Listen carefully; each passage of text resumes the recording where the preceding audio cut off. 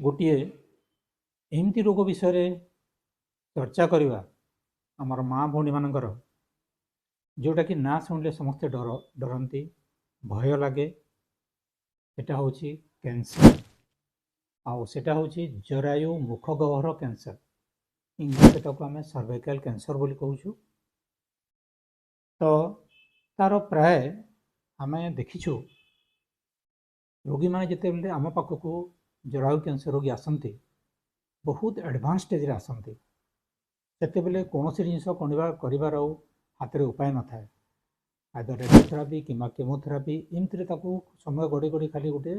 Temporary treatment चले। तार लक्षण आम केमती जाना तार लक्षण है जदि आपणकर ऋतुस्राव बाहर रक्त जोनि द्वारा जदि रक्त बाहर किंबा धला पानी जाऊँच अनवरत धला पानी जावा आ से धला पानी चाउल धुआ रंगर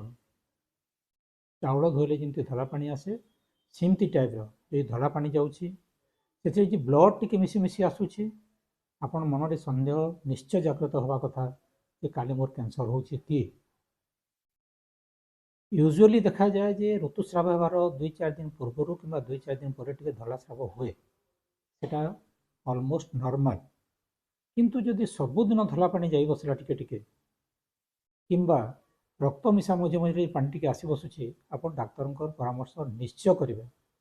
कहीं थे जदि रोगटा बढ़ीज ताहले आम हाथ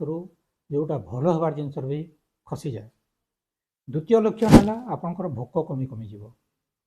खावा को इच्छा हो धला पानी टिके जाऊँ ब्लड एंड डिस्चार्ज जाऊँ एपरिक जदि सहवास संपर्क में स्वामी स्त्री सहवास संपर्क पर जदि ब्लड टिके बाहर सेटा भी गोटे आपन को निहाती भाव में गोटे सन्देह दृष्टि देखा कथा जे प्रकृति कौन असुविधा हो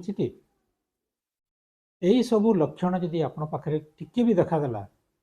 मोटे आपण निजको निसंकोच होकर आसिक डाक्तर को परिप्रकाश करूँ परिवार परिप्रकाश करूँ।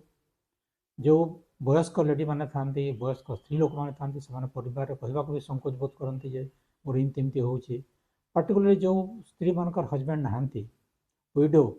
पुओ झील पाखे बहु पाखे कहवाक संकोच करती मोर अनुरोध निसंकोच भाव में परिप्रकाश करूँ आर्ली जिते शीघ्र संभव थे चेक कर दिंतु।